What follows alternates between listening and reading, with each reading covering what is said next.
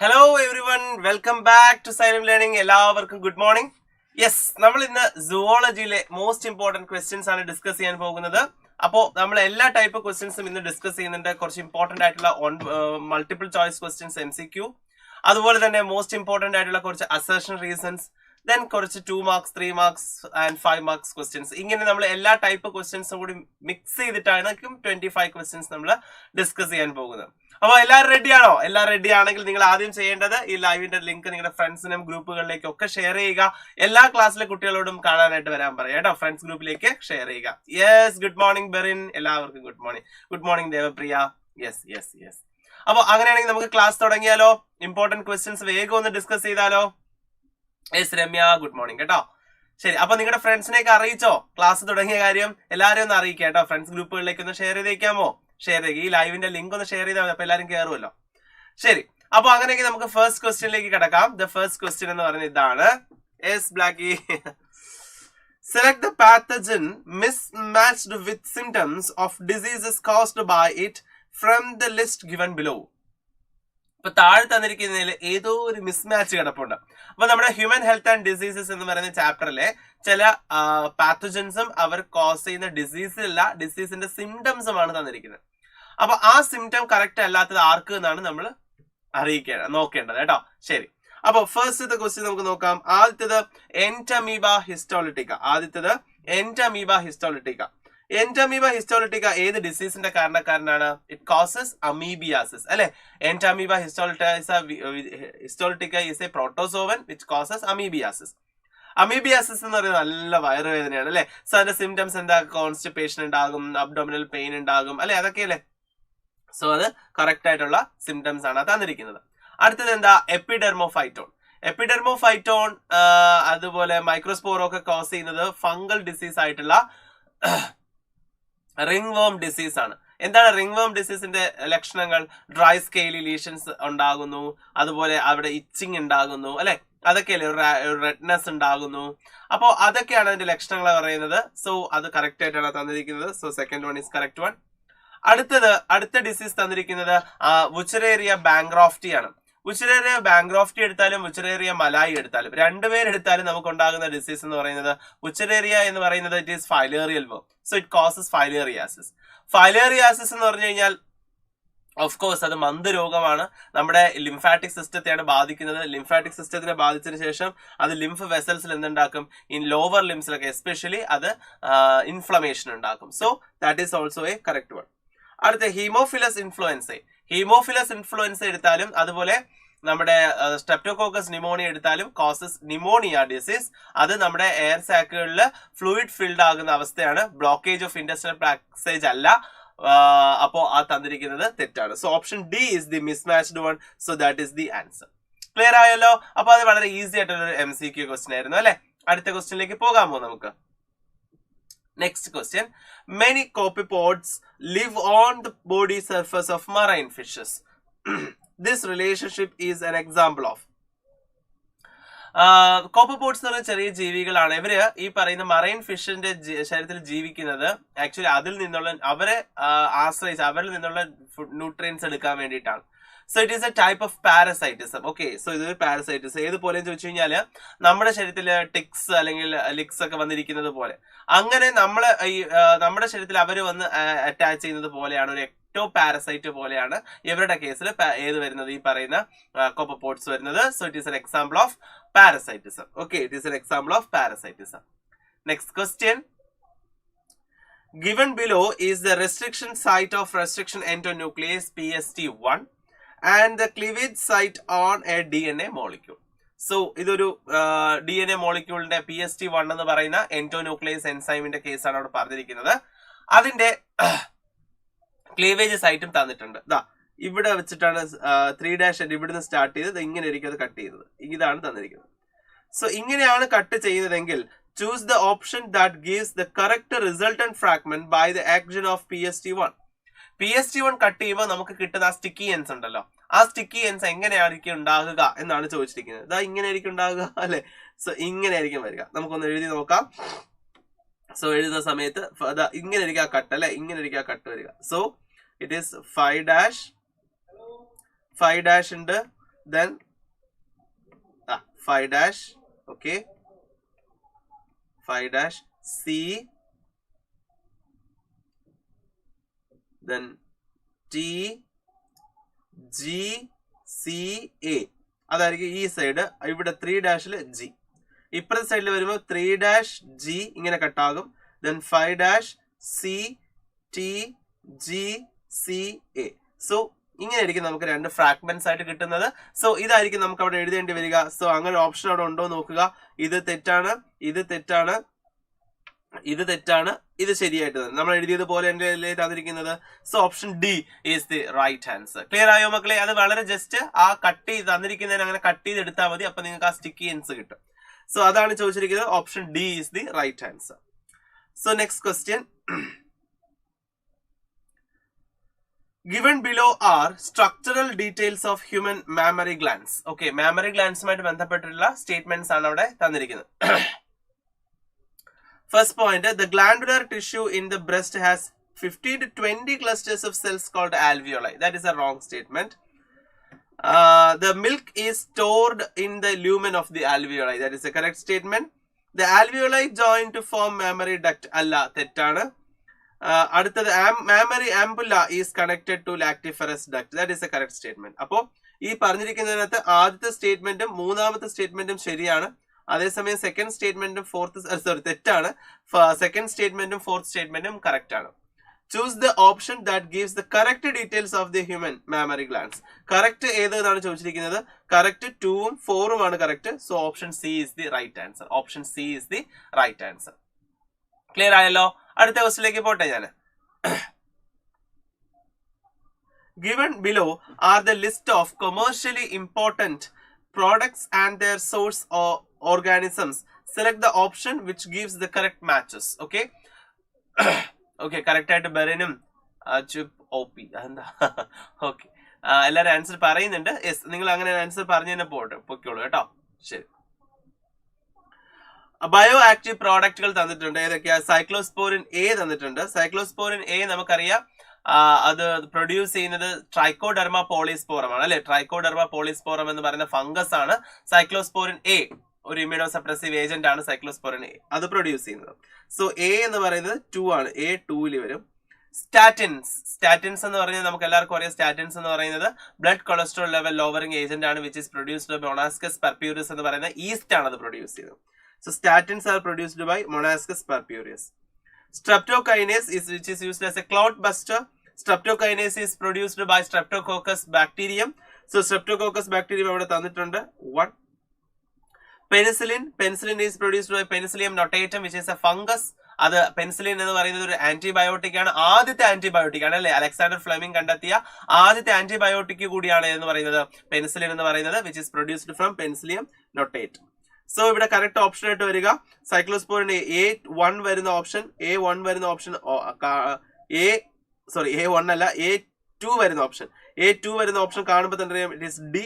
A2 വരുന്നുണ്ട്, B4 വരുന്നുണ്ട്, C1 വരുന്നുണ്ട് ആൻഡ് D3 വരുന്നുണ്ട്. So option D is the right answer. Option D is the right answer. I think അത് വളരെ എളുപ്പമായിരുന്നു അല്ലേ. കാരണം നമുക്കറിയാം മൈക്രോബ്സ് ഇൻ ഹ്യൂമൻ വെൽഫെയർ ചാപ്റ്ററിലെ ഏറ്റവും ഇമ്പോർട്ടന്റ് ടോപ്പിക് ആണ് അതിനകത്തുള്ള ബയോ ആക്റ്റീവ് മോളിക്യൂൾസിന്റെ കേസ്. അപ്പൊ അതുപോലെ ആസിഡുകൾ, ഇപ്പൊ നമുക്കറിയാം acetic acid produced from Acetobacter aceti, അതുപോലെ citric acid Aspergillus niger, butylic acid Clostridium butylicum, അതുപോലെ തന്നെ നമ്മുടെ ലാക്റ്റിക് ആസിഡ് ലാക്ടോബാസിലസ്. അപ്പൊ ഇങ്ങനെയൊക്കെയുള്ള ആസിഡുകൾ, അതുപോലെ തന്നെ ഇതുപോലെ ബയോ ആക്റ്റീവ് മോളിക്യൂളുകൾ, അതുപോലെ നമ്മുടെ proteases and pectinases are used for clarification of bottled juices. Lipases enzyme used in detergents for removal of oily stains. ഇങ്ങനെയൊക്കെയുള്ള അതിനകത്തുള്ള ബയോ ആക്റ്റീവ് മോളിക്യൂൾസും ആന്റിബയോട്ടിക്കുകളും വളരെ ഇമ്പോർട്ടന്റ് ആയിട്ടുള്ള ഒരു ക്വസ്റ്റ്യൻ ആണ്. അത് വളരെ നന്നായിട്ട് എന്ത് ചെയ്യുക, പഠിച്ചു വെച്ചേക്കണം കേട്ടോ. പരീക്ഷയ്ക്ക് ആ ഭാഗങ്ങളിൽ നിന്നും ക്വസ്റ്റ്യൻസ് ചോദിക്കാൻ സാധ്യതയുണ്ട്. അടുത്ത ക്വസ്റ്റ്യനിലേക്ക് നമുക്കൊന്ന് പോകാം. Select the option that shows the correctly identified U, X, Y and Z in a developing dicot embryo. ഒരു ഡൈക്കോട്ട് എംബ്രിയോയുടെ സ്ട്രക്ചർ നമുക്ക് ടെക്സ്റ്റ് തന്നിട്ടുള്ള സ്ട്രക്ചറിനെ ബേസ് ചെയ്തിട്ടുള്ള ക്വസ്റ്റ്യൻ ആണ് തന്നിരിക്കുന്നത്. അപ്പോൾ അവിടെ നമുക്ക് കാണുമ്പോൾ തന്നെ അറിയാം ഈ എക്സ് എന്ന് പറയുന്നത് ഇറ്റ് ഈസ് സസ്പെൻസർ. വൈ എന്ന് പറയുന്നത് വേറെ ആരുമില്ല, നമ്മുടെ കോട്ടിലിഡൻസ് ആണ്. വൈ എന്ന് പറയുന്നത് കോട്ടിലിഡൻസ് ആണ്. ദെൻ കോട്ടിലിഡന്റെ തൊട്ട് താഴെ ഈ ഭാഗത്തായിട്ട് വരുന്ന, റെഡിൽ ഒന്ന് മാർക്ക് ചെയ്യാം, ഈ ഭാഗത്തായിട്ട് വരുന്ന ഇതിനെയാണ് നമ്മൾ ആക്ച്വലി പ്ലിമ്യൂൾ എന്ന് വിളിക്കുന്നത്. That is called plumule. Then Z എന്ന് പറയുന്നത് എന്റെ നേരെ എക്സ്ട്രീം എൻഡിൽ ഇരിക്കുന്നത് ആയതുകൊണ്ട് തന്നെ that will be radical. So ഇത്രയുമാണ് അതിനകത്ത് വരുന്ന ആൾക്കാര്. So cotyledon, suspensor, radical and plumule ആണ് ആ ഡൈക്കോട്ട് എംബ്രിയോയിൽ നമുക്ക് അടയാളപ്പെടുത്താനായിട്ടുള്ളത്. അപ്പൊ അവിടെ തന്നിരിക്കുന്ന ആൾക്കാരിൽ കറക്റ്റ് ആയിട്ട് ഓപ്ഷൻ തന്നിരിക്കുന്ന ഏതൊക്കെ നോക്കുക. എക്സ് തന്നിരിക്കുന്ന സസ്പെൻസർ കറക്റ്റ് ആണ്, വൈ കോട്ടിലിഡൻ കറക്റ്റ് ആണ്, റാഡിക്കൽ തന്നിട്ടുണ്ട് ആൻഡ് പ്ലിമ്യൂൾ തന്നിട്ടുണ്ട്. ആൻഡ് ഓർത്തിരിക്കുക, ഇറ്റ് ഈസ് എൻ എംബ്രിയോ ആയതുകൊണ്ട് തന്നെ എംബ്രിയോയുടെ എല്ലാ ഭാഗങ്ങളും ടു എൻഡ് ഡിപ്ലോയിഡ് ആയിരിക്കും. എംബ്രിയോ കഴിക്കുന്ന ഫുഡ് ആയിട്ടുള്ള എൻഡോസ്പേം മാത്രമാണ് ട്രിപ്ലോയിഡ് ആയിട്ട് വരുന്നത്. So here option C is the right answer. I think you got the point, എന്താ ഞാൻ പറഞ്ഞു എന്നുള്ളത് അല്ലെ. അതായത് ഒരു എംബ്രിയോ എടുത്തു കഴിഞ്ഞാൽ ആ എംബ്രിയോയുടെ കേസിൽ അതിന്റെ എല്ലാ ഭാഗങ്ങളും, കാരണം എംബ്രിയോ എന്ന് പറയുന്നത് ഒരു സൈഗോട്ട് ഡെവലപ്പ് ചെയ്തുണ്ടാകുന്നതാണ്. സൈഗോട്ട് ഓൾറെഡി ഡിപ്ലോയിഡ് ആണ്. അപ്പോൾ അത് ഡെവലപ്പ് ചെയ്തിട്ടുണ്ടാകുന്ന എല്ലാ എംബ്രിയോയുടെ എല്ലാ ഭാഗങ്ങളും ഡിപ്ലോയിഡ് ആയിരിക്കും. റാഡിക്കൽ എടുത്താലും പ്ലിമ്യൂൾ എടുത്താലും എവറിഥിങ്. പക്ഷേ അതിന് ചുറ്റുമുള്ള, അതിന് കഴിക്കാനുള്ള ഫുഡ് അല്ലെ, റിസർവ്ഡ് ഫുഡ് എന്ന് പറയുന്നത്, നറിഷ്മെന്റ് കിട്ടുന്നത് ആക്ച്വലി എൻഡോസ്പേമിൽ നിന്നാണ്. Endosperm is A product of triple fusion. So അതുകൊണ്ട് തന്നെ അത് ഒരു ട്രിപ്ലോയിഡ് ആയിരിക്കും എന്നുള്ള കാര്യം മറക്കരുത്. ഇറ്റ് ഇസ് 3N, അത് എൻഡോസ്പേം. പക്ഷെ സൈഗോട്ടും അതുപോലെ എംബ്രിയോയുടെ ഭാഗങ്ങളും എല്ലാം ഡിപ്ലോയിഡും ആയിരിക്കും. സോ ഓപ്ഷൻ സി ആണ് ഇവിടെ റൈറ്റ് ആൻസർ ആയിട്ട് വരുന്നത്. നെക്സ്റ്റ് ക്വസ്റ്റ്യനിലേക്ക് പോകാം നമുക്ക്. The sixth extension in progress currently is different from all previous extensions on Earth as it is. നമുക്കിപ്പോ 5ാമത്തെ എക്സ്റ്റൻഷൻ വരെ നടന്നു കഴിഞ്ഞു. അതായിരുന്നു ഡൈനോസേഴ്സിന്റെ, ജുറാസിക് പീരീഡിൽ നടന്ന ഡൈനോസേഴ്സിന്റെ എക്സ്റ്റൻഷൻ. അത് കഴിഞ്ഞിട്ടുള്ള 6ാമത്തെ എക്സ്റ്റൻഷൻ ആണ്, മാസ് എക്സ്റ്റൻഷൻ ആണ് ഇനി നടന്നുകൊണ്ടിരിക്കുന്നത് നമ്മൾ വിശ്വസിക്കുന്നത്. അത് ഇതുവരെ നടന്ന എക്സ്റ്റൻഷനെക്കാളും കുറച്ചുകൂടി ഫാസ്റ്റർ ആണ്. എത്ര ഫാസ്റ്റർ ആണെന്ന് ചോദിച്ചു കഴിഞ്ഞാൽ it is 100 to 1000 times faster ആണ്. ഒന്നുമില്ല, നമ്മുടെ കയ്യിലിരിപ്പ് തന്നെയാണ് കാരണം അല്ലെ. മനുഷ്യന്റെ ഇന്റർവെൻഷൻ കൂടി ഉള്ളത് കൊണ്ടാണ് അത് 100 to 1000 times ഫാസ്റ്റർ ആയിട്ട് മാറിയത്. ഓക്കെ, അടുത്ത ക്വസ്റ്റ്യനിലേക്ക് നമുക്ക് കിടക്കാം. At which stage during evolution did humans use hides to protect their bodies and buried their dead? അതായത് മനുഷ്യൻ ഏത് സമയം തൊട്ടാണ്, അല്ലെങ്കിൽ നമ്മുടെ ആ ഒരു സ്റ്റേജസ് എടുത്തു കഴിഞ്ഞാൽ അതിൽ ഏത് കാലം തൊട്ടാണ് നമ്മൾ ആക്ച്വലി ഈ പറയുന്ന ഡെഡ് ബോഡീസ് ബെറി ചെയ്യുന്ന ഒരു കാറ്റഗറിയിലേക്ക് നമ്മൾ മാറിയത്, അല്ലെങ്കിൽ അതിനെ നശിപ്പിക്കുന്ന, അതിന് വേണ്ടിയിട്ട് പ്രത്യേക പ്രൊട്ടക്ഷൻ ഒക്കെ കൊടുത്ത് നമ്മൾ ഈ ശവകുടീരം എന്നൊക്കെ പറയുന്നത്, ആ ഒരു സ്റ്റേജ്, ആ ഒരു രീതി നമ്മൾ സ്റ്റാർട്ട് ചെയ്തത് എവിടെ തൊട്ടെന്നാണ് ചോദ്യം. ദാറ്റ് ഈസ് നിയാൻഡർതാൽ മാൻ, അവിടെ തൊട്ടാണ് നമ്മൾ അത് സ്റ്റാർട്ട് ചെയ്തത്. അത് പറയുമ്പോൾ ഒരു കാര്യം പറയാതെ പോകാൻ പറ്റില്ല, നമ്മുടെ എവല്യൂഷന്റെ ഒരു ഓർഡർ ഉണ്ട് അല്ലെ. ആ ഓർഡർ ജസ്റ്റ് വേഗം ഒന്ന് പറയാം നമുക്ക്. ആദ്യത്തെ ഡ്രയോപിത്തേക്കസും അതുപോലെ രാമാപിത്തേക്കസും. അതിൽ ഡ്രയോപിത്തേക്കസ് എന്ന് പറയുന്നത് മോർ ഏപ്പ് ലൈക്ക് ആയിരുന്നു, രാമാപിത്തേക്കസ് മാൻ ലൈക്ക് ആയിരുന്നു. രാമാപിത്തേക്കസിൽ നിന്നാണ് ഏതുണ്ടാകുന്നത്, നമ്മുടെ ഓസ്ട്രലോപിത്തേക്കസ്. ഓസ്ട്രലോപിത്തേക്കസിൽ നിന്നാണ് നേരെ ഏതുണ്ടാകുന്നത്, ഹോമോ ഹാബിലിസ്. ഹോമോ ഹാബിലിസിൽ നിന്നാണ് ഏതുണ്ടാകുന്നത്, ഹോമോ ഇറക്ടസ്. ഹോമോ ഇറക്ടസിൽ നിന്നാണ് ഏതുണ്ടാകുന്നത്, നിയാൻഡർതാൽമാൻ ഓർ ഹോമോ നിയാൻഡർതാലൻസിസ് എന്ന് പറയുന്നത്. ആ നിയാൻഡർതാൽമാനിൽ നിന്നാണ് പിന്നീട് നമ്മുടെ ഹോമോ സാപ്പിയൻസ് ഉണ്ടാകുന്നത്. അപ്പോ ഈ ഒരു ഓർഡർ വളരെ ഇമ്പോർട്ടന്റ് ആണ്, നന്നായിട്ട് പഠിച്ചു വെച്ചോളണം. ഓക്കെ, ഓർഡർ തെറ്റിക്കരുത്, it's very important. Dryopithecus, Ramapithecus, അവിടെ നിന്നാണ് Australopithecus, then Homo habilis, Homo erectus, then Neanderthal man and Homo sapiens. ഈ ഓർഡർ തെറ്റിക്കരുത്, ഇറ്റ്സ് വെരി ഇമ്പോർട്ടന്റ്. ഓക്കെ, അടുത്ത ക്വസ്റ്റ്യനിലേക്ക് നമുക്ക് പോകാം. അസർഷൻ റീസൺ ടൈപ്പ് ക്വസ്റ്റ്യൻ ആണ്. Determining the sex of an unborn child followed by MTP is an illegal practice. Sex, ഒരു ജനിക്കാതിരിക്കുന്ന കുഞ്ഞിന്റെ sex കണ്ടുപിടിക്കുക എന്ന് പറയുന്നത് സ്വാഭാവികമായിട്ടും നമ്മൾ അതിനെ ആംനിയോസെന്റസിസ് എന്ന് വിളിക്കും അല്ലെ. ഈ ആംനിയോസെന്റസിസും അതിനുശേഷം ആ കുഞ്ഞിനെ നശിപ്പിക്കുന്ന MTP, medical termination of pregnancy, ഇത് ഇല്ലീഗൽ ആണ് എന്ന് പറഞ്ഞാൽ അതിനകത്ത് വേറെ ഡൗട്ട് ഒന്നുമില്ല, അത് ഇല്ലീഗൽ തന്നെയാണ്. അസർഷൻ കറക്റ്റ് ആണ്. Amniocentesis is a practice to test the presence of genetic disorders also. Yes, amniocentesis വഴി നമുക്ക് ഉറപ്പായിട്ടും ഒരു കുഞ്ഞിന് ജനറ്റിക് ഡിസോർഡർ ഉണ്ടോ ഇല്ലയോ എന്നുള്ളത് കണ്ടെത്താൻ സാധിക്കുമെന്ന് പറഞ്ഞാൽ കറക്റ്റ് ആണ്. പക്ഷെ ഈ ആംനിയോസിന്തസിസ് പിന്നീട് MTPയിലേക്ക് കൊണ്ടുപോകുന്നു എന്നുള്ളത് കൊണ്ടാണ് ആംനിയോസിന്തസിസ് ബാൻ ചെയ്യേണ്ടി വന്നത്, ഫോളോഡ് ബൈ MTP ആയതുകൊണ്ട്. പക്ഷെ എയും ആറും ശരി തന്നെയാണ്, പക്ഷെ എയുടെ റീസൺ അല്ല ആർ എന്ന് പറയുന്നത്. So both A and R are true, but R is not the correct explanation of A. അതായിരിക്കും നമുക്ക് അവിടെ ആൻസർ ആയിട്ട് എഴുതാൻ പറ്റുന്നത്. നെക്സ്റ്റ് ക്വസ്റ്റ്യനിലേക്ക് പോകാം. അസർഷൻ ആണ്.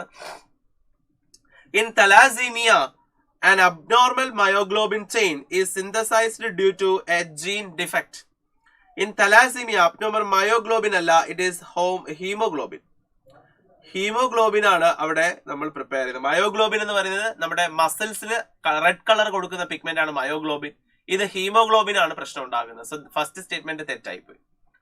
Alpha thalassaemia is controlled by HbA1 and HbA2 on chromosome 16. Correct ആണ്.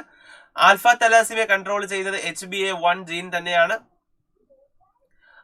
HbA1 ജീൻ HbA2 ജീനും ഇരിക്കുന്നത് ക്രോമസോം നമ്പർ 16ലുമാണ്. സോ ആ കറക്റ്റ് സ്റ്റേറ്റ്മെന്റ് കറക്റ്റ് ആണ്. അപ്പോ A is false and R is true ആണ് അവിടെ ആൻസർ ആയിട്ട് വരുന്നത്. Okay, D. അടുത്ത ക്വസ്റ്റ്യനിലേക്ക് പോകാം. അസർഷൻ ഇങ്ങനെയാണ്.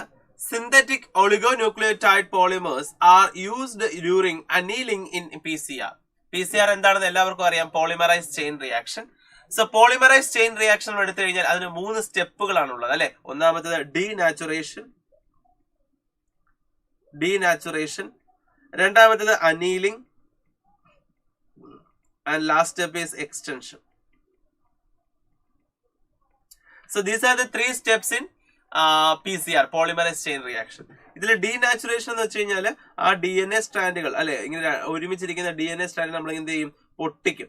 അത് പൊട്ടിച്ച് രണ്ടാക്കുന്നതിനെയാണ് എന്ത് വിളിക്കുന്നത്, ഡീനാച്ചുറേഷൻ എന്ന് വിളിക്കുന്നത്. So that is denaturation. Okay, then അതിനുശേഷം അതിലേക്ക് ചെറിയൊരു ഒളിഗോന്യൂക്ലിയോടൈഡിന്റെ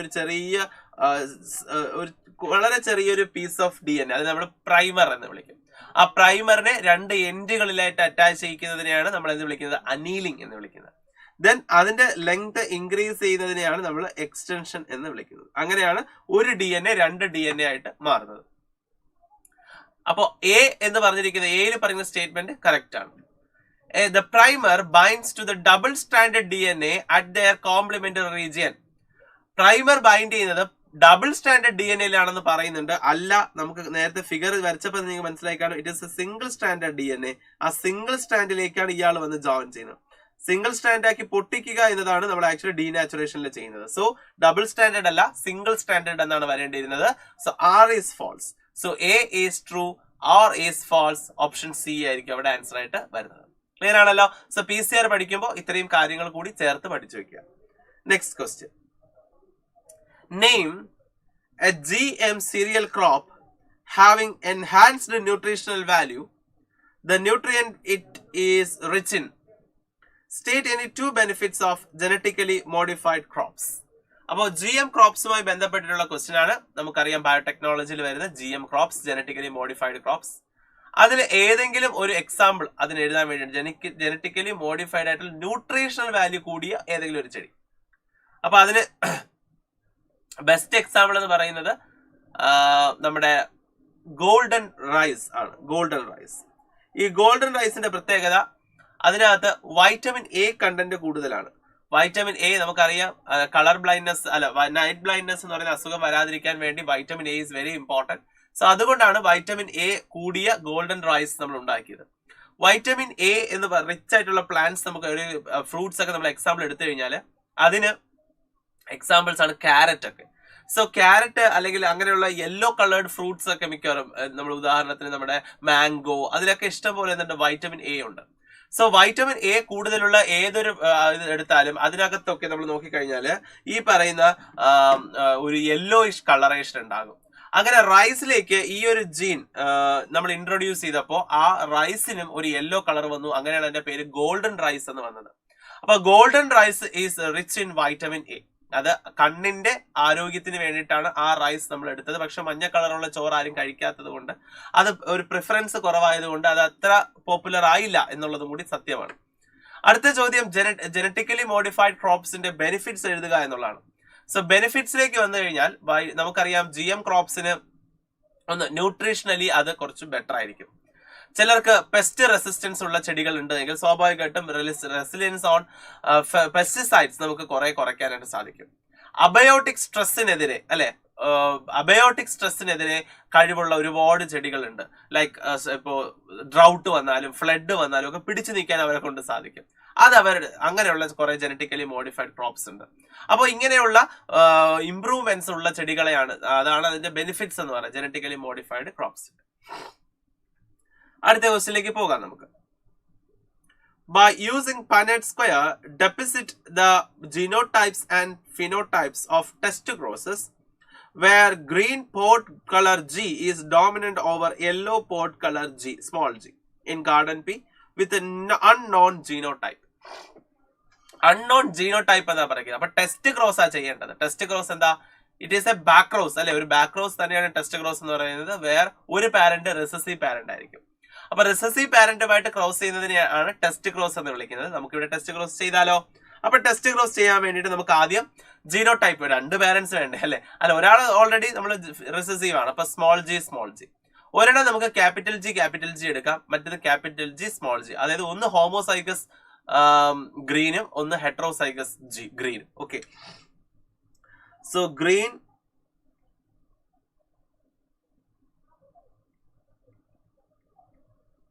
crossing with yellow, green capital G നമുക്ക് ആദ്യം എടുക്കാം, ക്രോസിംഗ് വിത്ത് സ്മോൾ ജി. അപ്പൊ ഇതിൽ നിന്ന് കിട്ടുന്ന ഗമേറ്റ് ക്യാപിറ്റൽ ജി ഗമേറ്റ്, ഇതിൽ നിന്ന് കിട്ടുന്നതും സ്മോൾ ജി ഗമേറ്റ്, രണ്ടും കൂടി ചേരുമ്പോൾ ക്യാപിറ്റൽ ജി സ്മോൾ ജി. അപ്പൊ ക്യാപിറ്റൽ ജി സ്മോൾ ജി വന്നാൽ അത് ഗ്രീൻ ആയിരിക്കും. ഒപ്പം that is the first generation, F1 generation. ജീനോട്ട് F1 മാത്രമേ ഇവിടെ ചോദിച്ചിട്ടുള്ളൂ, അതുകൊണ്ട് F1 മാത്രമേ ഞാനിപ്പോൾ എഴുതുന്നുള്ളൂ. വേണമെങ്കിൽ നിങ്ങൾക്ക് അത് F2ലേക്ക് കൊണ്ടുപോകും, പക്ഷെ അതിന്റെ ആവശ്യം ഉണ്ടെന്ന് തോന്നുന്നില്ല.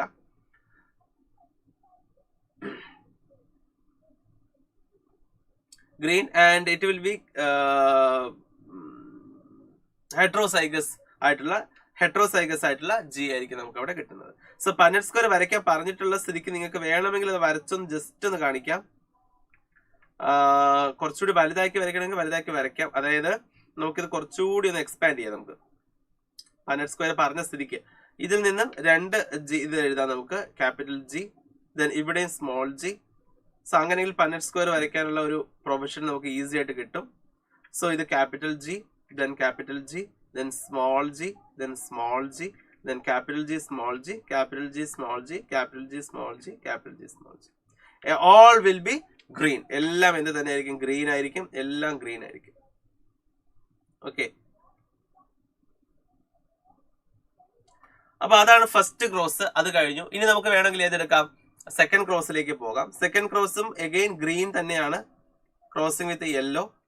പക്ഷെ അതിലെ ഗ്രീൻ എന്ന് പറയുന്നത് ഹെട്രോസൈഗസ് ജീനാണ്. So capital G small G. Yellow എപ്പോഴും സ്മോൾ ജി തന്നെയാണ്, കാരണം റെസസീവ് പാരന്റ് എടുക്കാൻ പറ്റത്തുള്ളൂ. സോ ഇതിൽ 2 ടൈപ്പ് ഗമേറ്റ്സ് കിട്ടും. ക്യാപിറ്റൽ ജി ഗമേറ്റ് നമുക്ക് കിട്ടും, അതുപോലെ സ്മോൾ ജി ഗമേറ്റും കിട്ടും. ഇവിടെയാണെങ്കിൽ സ്മോൾ ജി ഗമേറ്റും തന്നെ. അപ്പൊ ഇവിടെ നമുക്ക് പനറ്റ് സ്ക്വയർ വരയ്ക്കാം. അപ്പൊ ഇവിടെ ക്യാപിറ്റൽ ജി, ഇവിടെ സ്മോൾ ജി, ഇവിടെ സ്മോൾ ജി, ഇവിടെ small G. So capital G, small g, small g, small g, capital G, small g, small g, small g. So either green ആയിരിക്കും, this will be green, this will be also green, this will be yellow and this will be also yellow. ഇവിടെ നമ്മൾ എടുത്തു കഴിഞ്ഞാൽ എല്ലാം green. നമ്മൾ ഫസ്റ്റത്തെ കേസിൽ എല്ലാം ഗ്രീൻ ആണ് നമുക്ക് കിട്ടിയത്. പക്ഷെ ഇവിടെ വരുമ്പോൾ പകുതി ഗ്രീനും പകുതി യെല്ലോയുമാണ്. സോ ഇവിടുത്തെ ഫീനോടൈപ്പിക് റേഷ്യോ എന്ന് പറയുന്നത് 1:1 ആണ്. Phenotypic ratio 1:1. ജീനോടൈപ്പിക് റേഷ്യോയും എഗെയിൻ 1:1 തന്നെ കിട്ടും.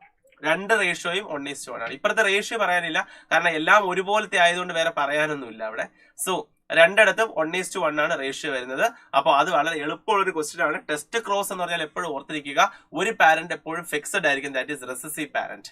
മറ്റ് പാരന്റിന് മാത്രമേ വ്യത്യാസം വരുള്ളൂ. ഒരെണ്ണം ഹോമോസൈഗസ് എടുക്കുക, ഒരെണ്ണം ഹെട്രോസൈഗസ് എടുക്കുക. ഹോമോസൈഗസ് വേണോ ഹെട്രോസൈഗസ് വേണോ എന്ന് തിരിച്ചറിയാൻ വേണ്ടി, അല്ലെങ്കിൽ അത് കറക്റ്റ് ആക്കാൻ വേണ്ടിയിട്ടാണ്, മനസ്സിലാക്കാൻ വേണ്ടിയിട്ടാണ് നമ്മൾ എന്ത് ചെയ്യുന്നത്, ഈ പറയുന്ന ക്രോസ് ചെയ്യും. അതായത് നമ്മുടെ കയ്യിലിരിക്കുന്ന ഹോമോസൈഗസ് ആണോ ഹെട്രോസൈഗസ് ആണോ എന്ന് തിരിച്ചറിയാൻ വേണ്ടിയിട്ടാണ് ആക്ച്വലി നമ്മൾ ടെസ്റ്റ് ക്രോസ് ചെയ്യുന്നത്. അപ്പൊ അതും കൂടി ഓർത്തിരിക്കുക. നെക്സ്റ്റ് ക്വസ്റ്റ്യനിലേക്ക് പോകാം നമുക്ക്. Certain specific bacterial spores are mixed in water and sprayed over brassica crop to control butterfly caterpillars. Name this bacterium and its mode of action on the butterfly caterpillars.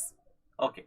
അപ്പോൾ brassica എന്ന് വെച്ച് കഴിഞ്ഞാൽ നമ്മുടെ വഴുതനങ്ങ അല്ലെങ്കിൽ കത്രിക്ക എന്നൊക്കെ നമ്മൾ പറയില്ലേ, നമ്മുടെ പച്ചക്കറികളിൽ പെട്ടത്. സോ അങ്ങനെയുള്ള നമ്മൾ ബ്രിഞ്ചോൾ ഒക്കെ ഇല്ലേ, അതാണ് ബ്രാസിക്ക ഫാമിലി. സോ ബ്രാസിക്ക ഫാമിലിയിൽ പെട്ട ക്രോപ്സിലേക്ക് നമ്മൾ എന്ത് ചെയ്തു, കുറച്ച് ഒരു സ്പോർസ് എന്ത് ചെയ്തു അതിലേക്ക് അപ്ലൈ ചെയ്തു എന്നാണ് പറഞ്ഞിരിക്കുന്നത്. അത് ആരായിരിക്കും, അത് ആരെ കൊല്ലാനാ? Butterfly caterpillars.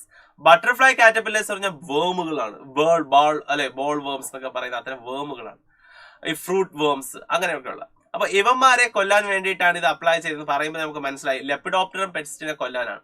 അപ്പൊ ലെപ്പിഡോപ്റ്ററം പെസ്റ്റിനെ കൊല്ലാനായിട്ട് നമ്മൾ യൂസ് ചെയ്യുന്നത് ബേസിലസ് തുറിഞ്ചെനിസിസ് അഥവാ BT. സോ BTയുടെ സ്പോർസ് ആണ് നമ്മൾ വെള്ളത്തിൽ കലക്കി അപ്ലൈ ചെയ്തത്. ബേസിലസ് തുറിഞ്ചെനിസിസ് ആണ് നമ്മൾ അവിടെ അപ്ലൈ ചെയ്തത്. എന്താണ് ബാക്ടീരിയ, എങ്ങനെയാണ് ഇത് ആക്ഷൻ എന്നാണ്. ബേസിലസ് തുറിഞ്ചെനിസിസിനകത്ത് ഒരു ജീൻ ഉണ്ട് which is called cry gene. Cry gene produces a protein called cry protein or cry toxin. ഇത് ഇനാക്റ്റീവ് ആയിട്ടാണ് ഇത് പ്രൊഡ്യൂസ് ചെയ്യുന്നത്. ഈ ഇനാക്റ്റീവ് ആയിട്ടുള്ള ടോക്സിൻ എവിടെ ചെല്ലും? നമ്മുടെ ഇൻസെക്ടിന്റെ ഗട്ടിൽ ചെല്ലും, അല്ലെ, വയറിൽ ചെല്ലും, ഇൻസെക്ടിന്റെ ഗട്ടില്. അവിടെ ഏതാ pH?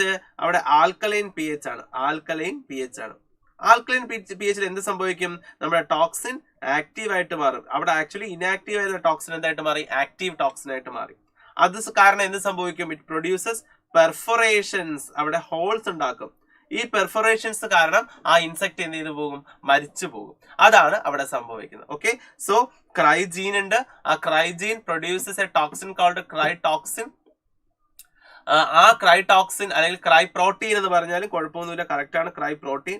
ഈ ക്രൈ പ്രോട്ടീനിൽ അത് ഇനാക്റ്റീവ് ആയിട്ടാണ് അത് പ്രൊഡ്യൂസ് ചെയ്യുന്നത്. ആ ഇനാക്റ്റീവ് ആയിട്ടുള്ള ക്രൈ പ്രോട്ടീൻ ആക്റ്റീവ് ആകും എപ്പോൾ?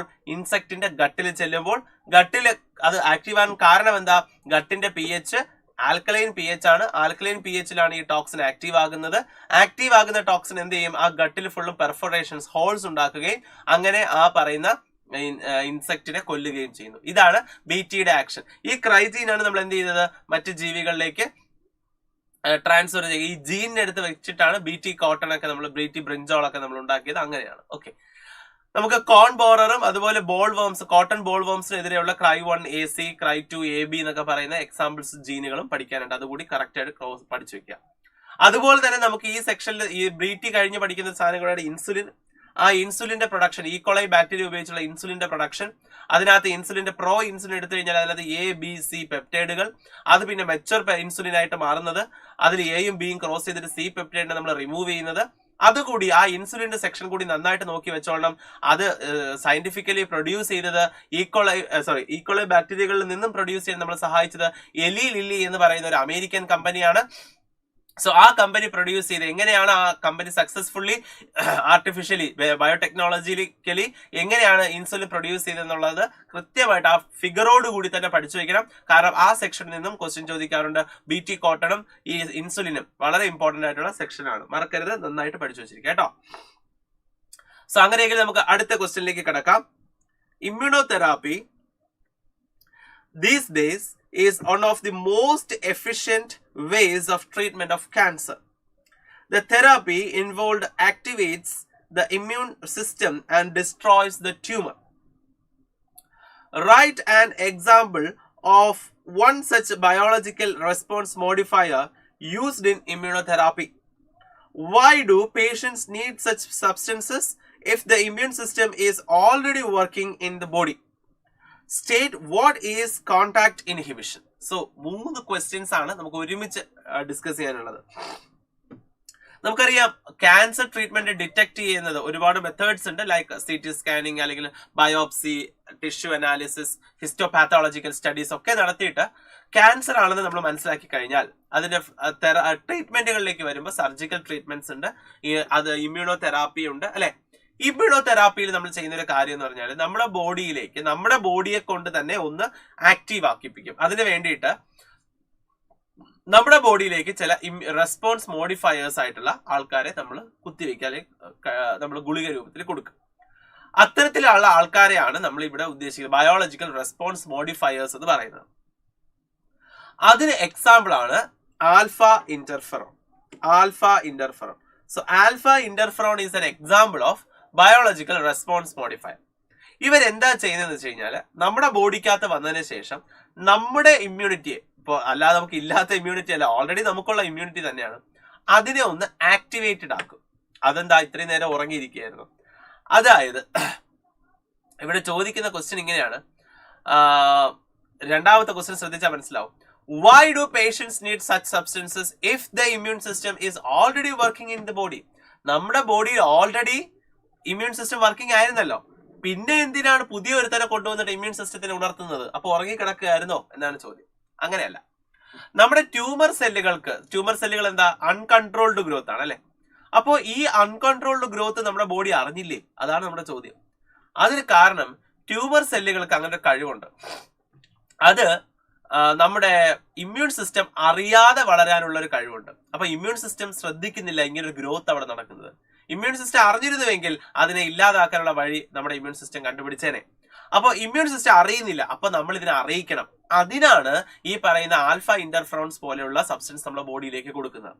സോ ആൽഫ ഇന്റർഫെറോൺസ് പോലെയുള്ള വസ്തുക്കൾ നമ്മുടെ ബോഡിയിൽ നടക്കുന്ന ഇത്തരത്തിലുള്ള തോന്നിയാസം അല്ലെ, ഈ ട്യൂമർ ഗ്രോത്ത്, അത് തിരിച്ചറിയുകയും അതിനെതിരെ പ്രവർത്തിക്കുകയും ചെയ്യും. അതാണ് മോഡിഫയർ എന്ന് പറയുന്നത്. അപ്പൊ നമ്മുടെ ഇമ്മ്യൂൺ സിസ്റ്റം അറിഞ്ഞുകൂടാതിരുന്ന ആ സാധനത്തിനെ മോഡിഫൈ ചെയ്ത് അറിയിക്കുകയാണ് നമ്മൾ അതിനെ. അതാണ് അവിടെ ആക്ച്വലി ആൽഫ ഇന്റർഫെറോൺ ഇമ്മ്യൂണോ തെറാപ്പിയിൽ ചെയ്യുന്നത്.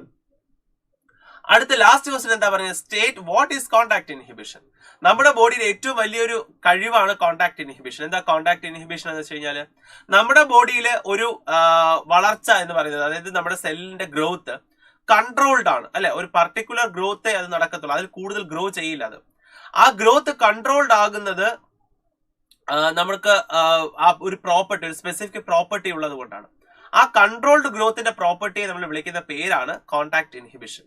എപ്പോഴാണോ നമുക്ക് കോൺടാക്ട് ഇൻഹിബിഷൻ നമുക്ക് നഷ്ടമാകുന്നത്, അപ്പൊ സെല്ലുകൾ അൺകൺട്രോൾഡ് ആയിട്ട് ഗ്രോ ചെയ്യും.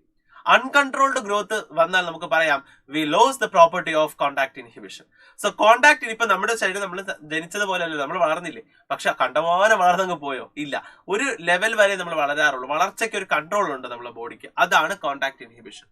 എപ്പോഴാണോ കോൺടാക്ട് ഇൻഹിബിഷൻ എന്ന് പറയുന്ന പ്രോപ്പർട്ടി നമുക്ക് നഷ്ടമാകുന്നത്, ഇറ്റ് ലീഡ്സ് ടു ട്യൂമർ. അങ്ങനെയാണ് അത് ട്യൂമർ ഗ്രോത്തിലേക്ക് പോകുന്നത്. അൺകൺട്രോൾഡ് ഗ്രോത്ത് ഓഫ് സെല്ലുകളാണ് ട്യൂമർ എന്ന് നമ്മൾ വിളിക്കുന്നത്. ഈ പറയുന്ന ട്യൂമറിന് തന്നെ വീണ്ടും 2 ടൈപ്പ് ക്ലാസിഫിക്കേഷൻ ഉണ്ട്. ഏതൊക്കെ? മാലിഗ്നന്റ് ട്യൂമറും അതുപോലെ ബെനൈൻ ട്യൂമറും. So it's very important. ആ ക്ലാസിഫിക്കേഷൻ ഒക്കെ ക്യാൻസർ സെക്ഷൻ നന്നായിട്ട് എന്ത് ചെയ്യുക, പഠിച്ചു വെച്ചേക്കണം കേട്ടോ. അടുത്ത ക്വസ്റ്റ്യനിലേക്ക് പോയാൽ നമുക്ക്, the graph given below shows the number of primordial follicles per ovary in women at different ages. Study the graph and answer the questions that follow. What is the average age of women at the onset of menopause? At what age are maximum primordial follicles present in the ovary according to the given graph? അപ്പോൾ ഇവിടെ ചോദ്യം ഇത്രയേ ഉള്ളൂ. Primordial ഫോളിക്കിൾസിന്റെ growth അവിടെ തന്നിട്ടുണ്ട്. അതില് നമുക്ക് കാണുമ്പോൾ തന്നെ അറിയാം 10 വയസ്സൊക്കെ ആകുന്ന സമയത്ത് നല്ല ഒരുപാട് ഫോളിക്കിൾസ് ഉണ്ട്. അത് കഴിയുമ്പോൾ നശിച്ച് ഏകദേശം ഈ ഒരു ഏജ് ആകുമ്പോഴത്തേക്കും ഫോളിക്കിൾസിന്റെ എണ്ണം തീരെ കുറയുന്നതായിട്ട് നമുക്ക് കാണാനായിട്ട് സാധിക്കും. ക്വസ്റ്റ്യൻ ഇതാണ്, what is the average age of woman onset of menopause?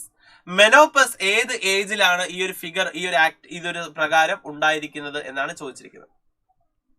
അപ്പോ ആവറേജ് ഏജ് ആണ് ചോദ്യം. ആവറേജ് ഏജ് എന്ന് പറയുമ്പോഴത്തേക്കും മെനോപ്പസ് എന്താ? മെനോപ്പസ് ലാസ്റ്റ് മെൻസ്ട്രൽ സൈക്കിളിനെ നമ്മൾ മെനോപ്പസ് എന്നും ഫസ്റ്റ് മെൻസ്ട്രൽ സൈക്കിളിനെ നമ്മൾ മെനാർക്ക് എന്നുമാണ് വിളിക്കുന്നത് അല്ലെ. First menstrual cycle menarche, last menstrual സൈക്കിളാണ് മെനോപ്പസ്. അപ്പൊ മെനോപ്പസ് ഉണ്ടായ ആ ഒരു ഏജ് എന്ന് പറയുമ്പോൾ 40-നും 50-നും ഇടയ്ക്കുള്ള ആ ഒരു സമയത്താണ് മെനോപ്പസ് സംഭവിച്ചിരിക്കുന്നത്. അപ്പോൾ U can take N average of 45. Okay, ഒരു 45 നിങ്ങൾക്ക് ഒരു ആവറേജ് ഏജ് ആയിട്ട് എടുക്കാവുന്നതാണ്. നിങ്ങൾക്ക് ചിലരിപ്പോ 45 50 ഇടയ്ക്ക് എടുത്താൽ തെറ്റൊന്നുമില്ല, കാരണം ആവറേജ് ആണ്, നമുക്ക് കറക്റ്റ് ഒരു വാല്യൂ എടുക്കാൻ പറ്റില്ല. You can take it as 45 or 46 or 47, no problem.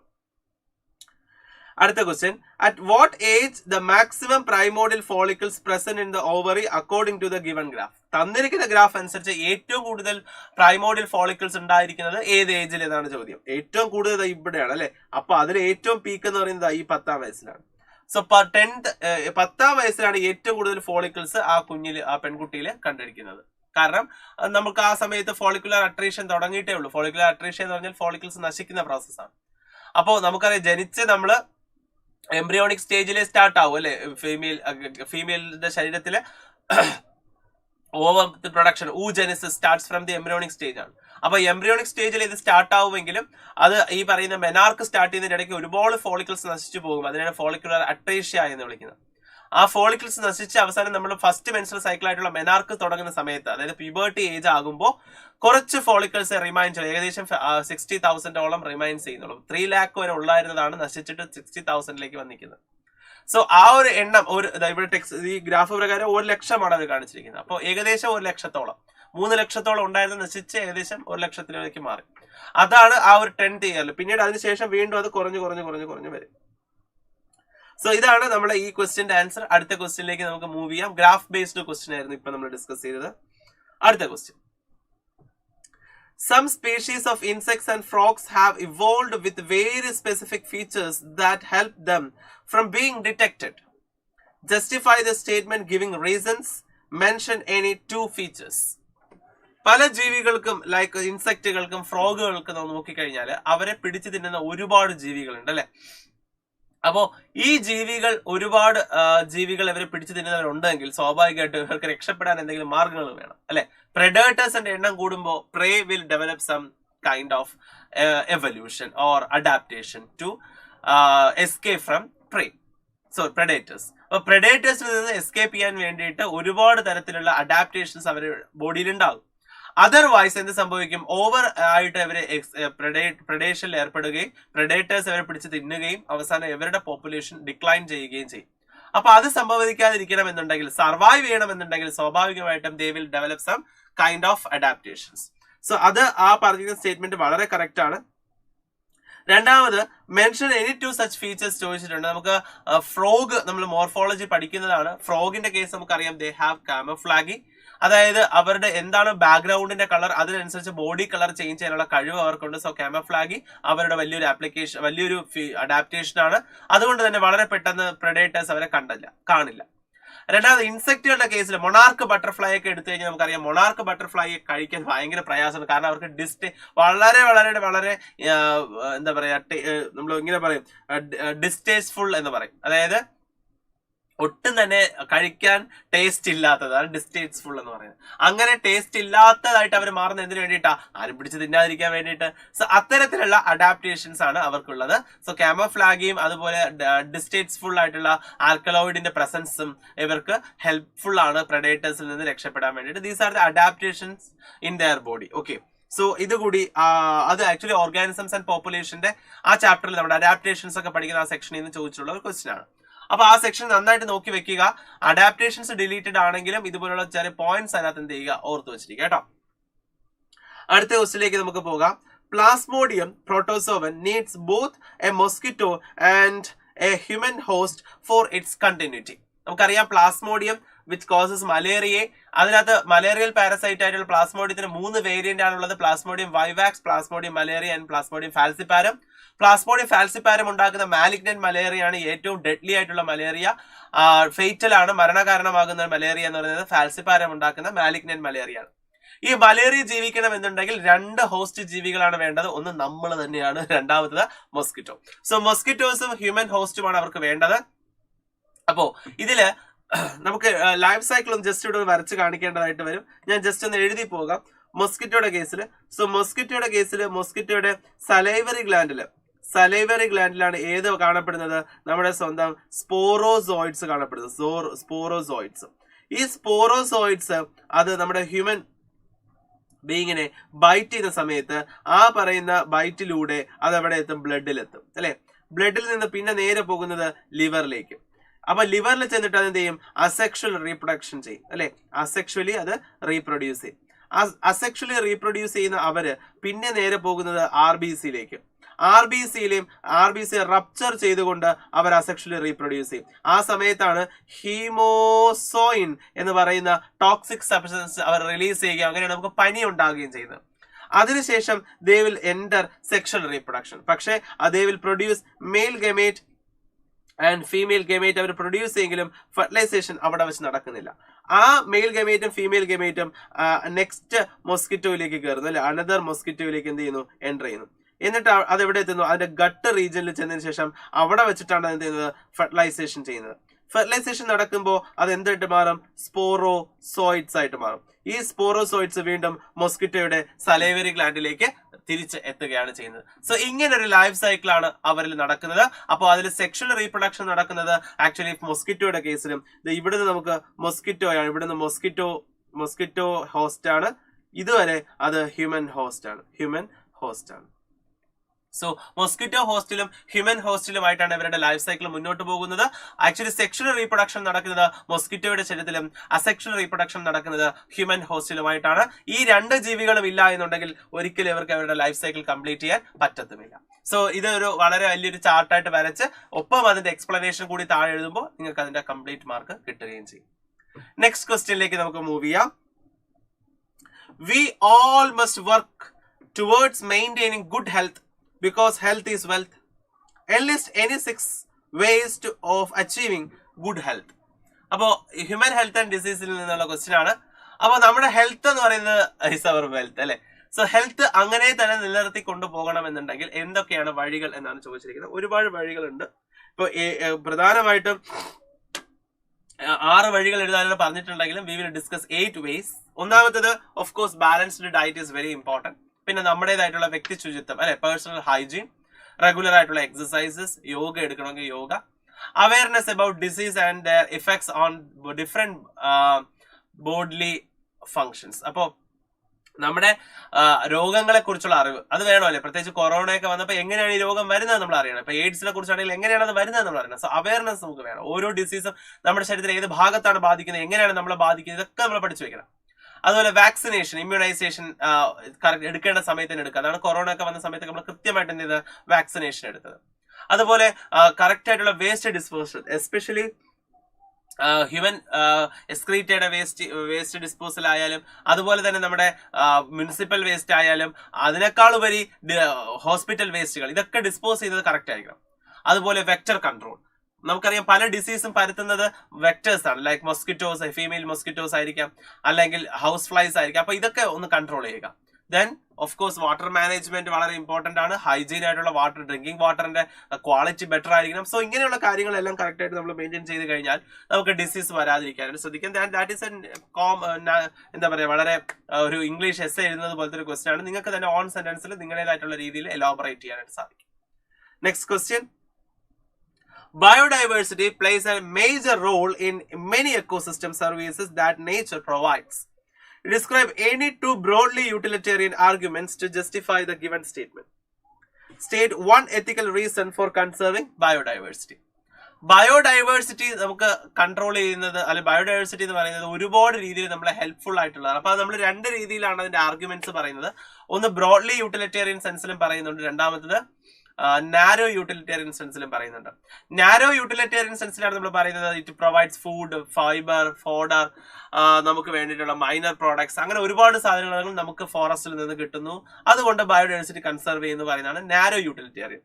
പക്ഷെ അതേസമയം ബ്രോഡ്ലി യൂട്ടിലിറ്റേറിയൻ സെൻസിൽ നമ്മൾ പറയുമ്പോൾ നമുക്കറിയാം ആമസോൺ ഫോറസ്റ്റുകളാണ് നമ്മുടെ ഭൂമിയിൽ ഉണ്ടാകുന്ന 20% ഓഫ് ഓക്സിജൻ പ്രൊഡ്യൂസ് ചെയ്യുന്നത് ആമസോൺ ഫോറസ്റ്റുകളിൽ നിന്നാണ്. സോ ഫോറസ്റ്റും അതുപോലുള്ള അതിന് അനുബന്ധമായിട്ടുള്ള എക്കോസിസ്റ്റവും നമ്മൾ അതുപോലെ നിലനിർത്തിയാൽ മാത്രമേ നമുക്ക് ആവശ്യമായിട്ടുള്ള ബ്രീത്തിങ് അല്ലെ എയർ, പ്യൂരിഫൈഡ് എയർ, നമുക്ക് നമ്മുടെ ലൈഫ് നിലനിർത്തണം എന്നുണ്ടെങ്കിൽ വി നീഡ് എയർ അല്ലെ, ഓക്സിജൻ നമുക്ക് വളരെ അത്യാവശ്യമാണ്. സോ ആ ഓക്സിജൻ പ്രൊഡ്യൂസ് ചെയ്യേണ്ടുന്നത് ബയോഡൈവേഴ്സിറ്റി കൺട്രോൾ ചെയ്യാൻ, അല്ലെങ്കിൽ ബയോഡൈവേഴ്സിറ്റി നിലനിർത്തേണ്ടത്, പ്രൊട്ടക്ട് ചെയ്യേണ്ടത് it is essential for the survival of human being. അപ്പൊ നമ്മൾ മാത്രമല്ല എല്ലാ അനിമൽസിന്റെയും സർവൈവല് വളരെ ഇമ്പോർട്ടന്റ് ആണ്. അത് പ്രാണവായു ഇല്ല എങ്കിൽ എങ്ങനെ നിലനിൽക്കുക അല്ലെ. അപ്പോൾ നമ്മുടെ ലൈഫിന് അത് വളരെ ഇമ്പോർട്ടന്റ് ആണ്. ഒരു പോയിന്റ് നമുക്ക് അത് എഴുതാം. അതുകൊണ്ടാണ് ആമസോൺ നമ്മൾ ലങ്സ് ഓഫ് ദി പ്ലാനറ്റ് എന്നൊക്കെ വിളിക്കുന്നത്. സെക്കൻഡ് പോയിന്റ് നമുക്ക് എഴുതാം പോളിനേഷൻ. പോളിനേഷൻ എന്ന് പറയുന്നത് വളരെ ഇമ്പോർട്ടന്റ് ആയിട്ടുള്ള ഒരു എക്കോസിസ്റ്റം സർവീസ് ആണ്. നമ്മുടെ നേച്ചർ നമുക്ക് ചെയ്തു തരുന്ന വളരെ ഇമ്പോർട്ടന്റ് സർവീസ് ആണ് പോളിനേഷൻ. പോളിനേഷൻ പ്രോപ്പർ ആയിട്ട് നടന്നാൽ മാത്രമേ നമുക്ക് പ്ലാന്റ്സിന്റെ എന്താ പറയാ കണ്ടിന്യൂറ്റി ഓഫ് സ്പീഷീസ് അല്ലെ, പ്ലാന്റ്സിന് അടുത്ത തലമുറയിലേക്ക് പോകാൻ സാധിക്കത്തുള്ളൂ. സോ പോളിനേഷൻ നടക്കണം എന്നുണ്ടെങ്കിൽ biodiversity is very important.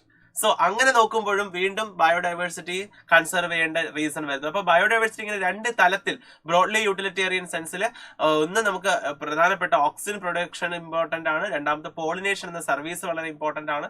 So ഈ ഒരു ബ്രോഡ്ലി സെൻസിൽ നമുക്ക് വേണമെങ്കിൽ അതിനെ പറയാവുന്നതാണ്. അടുത്ത ചോദ്യം എന്താ? സ്റ്റേറ്റ് 1 എത്തിക്കൽ റീസൺ ആണ്. Ethical reason for conserving biodiversity. Biodiversity conserve ചെയ്യുന്നതിനുള്ള എത്തിക്കൽ റീസൺ എന്ന് പറയുന്നത് we owe to the animals and all other species living on the planet because we are sharing these planets with them. നമ്മൾ ഒറ്റയ്ക്ക് ഇവിടെ ജീവിക്കുകയല്ല, നമ്മൾ പല ജീവികളുമായിട്ട് ചേർന്ന് അവരോടൊപ്പം ചേർന്നാണ് ഈ പ്ലാനറ്റ് നമ്മൾ എന്ത് ചെയ്യുന്നത്? ഷെയർ ചെയ്യുന്നത്. So we share the planet. അതുകൊണ്ട് അവരോട് നമുക്കൊരു കടപ്പാടുണ്ട് അല്ലെ. അതുകൊണ്ട് നമ്മൾ എന്ത് ചെയ്യണം? നമ്മുടെ ബയോഡൈവേഴ്സിറ്റി കൺസർവ് ചെയ്തേ പറ്റുള്ളൂ. അല്ല നമ്മുടെ മാത്രം സ്വന്തം അല്ല ഇത്, അവർക്കും കൂടി സ്വന്തമാണ് അല്ലെ, മറ്റു ജീവികൾ കൂടി സ്വന്തമാണ് ഈ ബയോഡൈവേഴ്സിറ്റി എന്ന് പറയുന്നത്. അപ്പോ we have to conserve them. അതാണ് ഒരു എത്തിക്കൽ റീസൺ അതിനകത്ത് പറയാനായിട്ടുള്ളത്. നെക്സ്റ്റ് ക്വസ്റ്റ്യനിലേക്ക് നമുക്ക് പോകാം. Name and explain a surgical contraceptive method that can be adopted by the male partner of a couple. നമുക്കറിയാം മെയിൽ പാർട്ട്നേഴ്സിനും ഫീമെയിൽ പാർട്ട്നേഴ്സിനും രണ്ട് സർജിക്കൽ മെത്തേഡ്സ് ആണ് നമുക്ക് പഠിക്കാനുള്ളത്. മെയിൽ പാർട്ട്ണറിനെ നമ്മൾ ഉപയോഗിക്കുന്നത് വാസെക്ടമി ആണ്, ഫീമെയിൽ പാർട്ട്ണറിനെ നമ്മൾ ഉപയോഗിക്കുന്നത് ട്യൂബെക്ടമി ആണ്. വാസെക്ടമിയിൽ നമ്മൾ എന്താ ചെയ്യുന്നത്? Suppose this is vas deferens. ഈ വാസ് ഡിഫറൻസിനെ നമ്മൾ എന്ത് ചെയ്യും?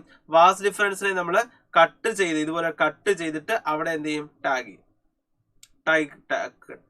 കെട്ടിവെക്കും അല്ലെ. ഓക്കെ, അങ്ങനെ വാസ് ഡിഫറൻസിനെ കട്ട് ചെയ്ത് അതിനെ ടൈ ചെയ്ത് വെക്കുന്നതിനെയാണ് നമ്മൾ എന്ത് വിളിക്കുന്നത്? വാസെക്ടമി എന്ന് വിളിക്കുന്നത്. ഫീമെയില് ഫെലോപ്പിയൻ ട്യൂബിനെയാണ് നമ്മൾ എന്ത് ചെയ്യുന്നത്? കട്ട് ചെയ്യുന്നത്. സോ ഫീമെയില് ഫെലോപ്പിയൻ ട്യൂബിനെ കട്ട് ചെയ്ത് ടൈ ചെയ്ത് വെക്കുകയാണ് ചെയ്യുന്നത്. ഫീമെയില് ട്യൂബെക്ടമി, മെയിലില് vasectomy. This is the surgical method. എപ്പോഴും ഓർത്തിരിക്കുക, സർജിക്കൽ മെത്തേഡിന്റെ ഏറ്റവും വലിയ ഡ്രോബാക്ക് എന്ന് പറയുന്നത് പുവർ റിവേഴ്സിബിലിറ്റി ആണ്. തിരിച്ച് പഴയ കണ്ടീഷനിലേക്ക് കൊണ്ടുവരുന്നത് ബുദ്ധിമുട്ടാണ്. അതാണ് അതിന്റെ ഏറ്റവും പ്രധാനപ്പെട്ട ഡ്രോബാക്ക് എന്ന് പറയുന്നത്. അതുപോലെ നമ്മുടെ കോൺട്രാസെപ്റ്റീവ് മെത്തേഡ്സ് മുഴുവൻ നിങ്ങൾ പഠിച്ചു വെക്കണം. കോൺട്രാസെപ്റ്റീവ് മെത്തേഡ്സ്, ഐഡിയൽ കോൺട്രാസെപ്റ്റീവിന്റെ ക്യാരക്ടറിസ്റ്റിക്സ് ലൈക്ക് അത് റിവേഴ്സിബിലിറ്റി ഉണ്ടായിരിക്കണം, സൈഡ് എഫക്ട്സ് ഉണ്ടാക്കാൻ പാടില്ല, ചീപ്പ് റേറ്റ് ആയിരിക്കണം, ലോക്കലി അവൈലബിൾ ആയിരിക്കണം, should not interfere with sexual desire of the user, അങ്ങനെയുള്ള ഐഡിയൽ കോൺട്രാസെപ്റ്റീവിന്റെ ക്യാരക്ടറിസ്റ്റിക്സ്. ദെൻ അതിന്റെ ക്ലാസിഫിക്കേഷൻ, നാച്ചുറൽ മെത്തേഡുകളായിട്ടുള്ള പീരിയോഡിക് അബ്സ്റ്റിനൻസ് ആയാലും, അതുപോലെ ലാക്ടേഷണൽ അമ്നൂറി ആയാലും, വിത്ഡ്രോവൽ ആയാലും, അതുപോലെ നമ്മുടെ ഫിസിക്കൽ ബാരിയേഴ്സ് ആയിട്ടുള്ള ഫീമെയിൽ കോണ്ടംസും മെയിൽ കോണ്ടംസും, ഫീമെയിൽ ബാരിയേഴ്സ് ആയിട്ടുള്ള ഡയഫ്രം വോൾട്ട് അങ്ങനെയുള്ളത്. അതുപോലെ തന്നെ IUD, ഇന്ത്യയിൽ ഏറ്റവും കൂടുതൽ സ്ത്രീകൾ ഉപയോഗിക്കുന്ന IUD, ഇൻട്രാ യൂട്രൈൻ ഡിവൈസസ്. അതിൽ തന്നെ ഒരു IUDയുടെ മേജർ നോൺ മെഡിക്കേറ്റഡ് IUD നമുക്കറിയാം, പ്രൊജസ്റ്റാസൈറ്റ് പോലുള്ള. അപ്പൊ non medicated IUD Lippes loop. അപ്പൊ ഈ നോൺ മെഡിക്കേറ്റഡ് IUDയുടെ ഏറ്റവും പ്രധാനപ്പെട്ടത് എന്താ? അത് only increases the phagocytosis of the sperm cells ആണ്. അതേസമയം copper releasing IUD, copper T, copper സെൻ, മൾട്ടിലോഡ് 375, അതിന്റെയൊക്കെ ആക്ഷൻ എന്താ? It releases copper ions also which reduces the motility of the sperms. അത് കഴിഞ്ഞിട്ടാണ് ഏത് വരുന്നത്? ഹോർമോൺ റിലീസിംഗ് IUD ആയിട്ടുള്ള LNG-20 പ്രൊജസ്റ്റാസൈറ്റ് ഒക്കെ വരുന്നത്. ഹോർമോൺ റിലീസിംഗ് IUDയുടെ ഏറ്റവും വലിയൊരു ആക്ഷൻ എന്താ? It makes endometrium unsuitable for implantation and cervix becomes hostile to sperm. അത് എവിടെ ഹോർമോൺ വരുന്നുണ്ടോ അവിടെയൊക്കെ നിങ്ങൾക്ക് ഈ ഒരു പോയിന്റ്, 2 പോയിന്റ്സ് എവിടെ വേണമെങ്കിലും നിങ്ങൾക്ക് അത് എഴുതാനായിട്ട് സാധിക്കും. ഓക്കെ, കോപ്പർ ടി വെക്കുമ്പോൾ പെയിൻ എടുക്കില്ല എന്ന് എന്താ ചോദിക്കുന്നുണ്ട്. കോപ്പർ ടി വെക്കുമ്പോൾ അത് ഇൻസേർട്ട് ചെയ്യുന്നത് ഒരു ചെറിയ ട്യൂബ് ഉള്ളിലേക്ക് കടത്തിയതിനു ശേഷം അതിനകത്തുനിന്ന് കോപ്പർ ടി റിലീസ് ചെയ്തിട്ട് പിന്നെ ആ ട്യൂബിനെ പുറത്തേക്ക് എടുക്കുകയാണ് ചെയ്യുന്നത്. ചെറിയൊരു കോയിൽ പോലെ സാധനം പുറത്തേക്ക് വെച്ചിരിക്കും. അതാണ് പിന്നീട് അതിൽ നിന്നാണ് പിന്നെ തിരിച്ചെടുക്കുന്നത്. പെയിൻ ഒന്നും ഉണ്ടാകില്ല. ഓക്കെ, ഇൻസേർട്ട് ചെയ്യുന്ന ടൈമിൽ ചിലപ്പോൾ പെയിൻ ഉണ്ടാകാം, വേറെ പ്രശ്നമൊന്നും ഉണ്ടാവില്ല. യെസ്, പിന്നെ അത് കഴിഞ്ഞിട്ട് പിൽസ്, ഓറൽ കോൺട്രാസെപ്റ്റീവ് ആയിട്ടുള്ള pills, then injections, emergency contraceptive കൂടെ ഒന്ന് ഓർത്തിരിക്കുക. ദെൻ ഇംപ്ലാന്റ്സ്, നമ്മുടെ സബ്ക്യൂട്ടേനിയസ് ആയിട്ട് പ്ലേസ് ചെയ്യുന്ന ഇംപ്ലാന്റ്സ്, ഇതെല്ലാം ഹോർമോണുകളാണ്. അപ്പൊ ആക്ഷൻസ് സെയിം തന്നെയാണ്. ഇഞ്ചക്ഷൻസ് ആയാലും ഹോർമോൺസ് ആണ്. ഇത് കഴിഞ്ഞിട്ടാണ് സർജിക്കൽ മെത്തേഡ്, ട്യൂബെക്ടമി, വാസെക്ടമി നമ്മൾ പഠിക്കുന്നത്. അപ്പൊ അതെല്ലാം കംപ്ലീറ്റ് ആയിട്ട് ഫ്ലോ ചാർട്ട് വരച്ച് നന്നായിട്ട് എക്സാമ്പിൾസ് ഒക്കെ ക്ലിയർ ആയിട്ട് എന്ത് ചെയ്യുക, പഠിച്ചു വെക്കണം. ഒരിക്കലും നിങ്ങളുടെ എക്സാമ്പിൾസ് എന്ത് ചെയ്യുക അങ്ങോട്ടും ഇങ്ങോട്ടും തിരിഞ്ഞു പോകരുത്. എക്സാമ്പിൾസ് ക്ലിയർ ആയിട്ട് എന്ത് ചെയ്യുക, പഠിച്ചു വെച്ചേക്കുക. നെക്സ്റ്റ് ക്വസ്റ്റ്യനിലേക്ക് പോകാം. One of the major approaches of the crop improvement program is artificial hybridization. Explain the steps involved in making sure that only the desired pollen grain pollinate the stigma of a bisexual flower by a plant breeder. അപ്പൊ ഇവിടെ പറഞ്ഞിരിക്കുന്നത് നമുക്കറിയാം നമ്മുടെ ചെടികൾ പുതിയ തരം varieties ഒക്കെ ഉൽപ്പാദിപ്പിക്കണം എന്നുണ്ടെങ്കിൽ, ഇംപ്രൂവ്ഡ് പ്ലാന്റ്സ് ഒക്കെ ഉണ്ടാക്കണം എന്നുണ്ടെങ്കിൽ ജനറ്റിക്കലി ഇംപ്രൂവ്ഡ് ആയിട്ടുള്ള ക്രോപ്സ് ഉൽപ്പാദിപ്പിക്കുന്ന മെത്തേഡാണ് ആർട്ടിഫിഷ്യൽ ഹൈബ്രിഡൈസേഷൻ. സോ ആർട്ടിഫിഷ്യൽ ഹൈബ്രിഡൈസേഷനിലെ സ്റ്റെപ്സ് ആണ് അവിടെ ചോദിച്ചിരിക്കുന്നത്. So first we have to select the parents select ചെയ്യുക. അതായത് മെയിൽ പ്ലാന്റ് ആരായിരിക്കണം, ഫീമെയിൽ പ്ലാന്റ് ആരായിരിക്കണം എന്ന് നമ്മൾ ആദ്യം സെലക്ട് ചെയ്യുന്നതിനെയാണ് സെലക്ഷൻ ഓഫ് ദി പാരന്റ്സ് എന്ന് പറയുന്നത്. രണ്ടാമത് ബാഗിങ് എന്ന് വെച്ച് കഴിഞ്ഞാൽ നമ്മൾ ഏത് ഫീമെയിൽ ഫ്ലവറിനെയാണ് ബാഗ് ചെയ്യുന്നത്. ആക്ച്വലി ഫീമെയിൽ ഫ്ലവർ ഏതായിരിക്കണം തീരുമാനിച്ച ശേഷം അതിനെ ഒരു കവർ കൊണ്ട് നമ്മൾ കവർ ചെയ്യുന്നതിനെയാണ് ബാഗിങ് എന്ന് പറയുന്നത്. മൂന്നാമത്തത് ഇമാസ്കുലേഷൻ. നമ്മുടെ കയ്യിലിരിക്കുന്ന ബൈസെക്ഷൽ ഫ്ലവർ എന്ന് പറഞ്ഞിട്ടുള്ളത് കൊണ്ട് തന്നെ ഈ ഫ്ലവർ ഓപ്പൺ ആകുന്നതിന് മുന്നേ തന്നെ, ഒരു 1-2 ദിവസം മുന്നേ തന്നെ നമ്മൾ കൈകൊണ്ട് അതിനെ എന്ത് ചെയ്യും, ഓപ്പൺ ചെയ്യും.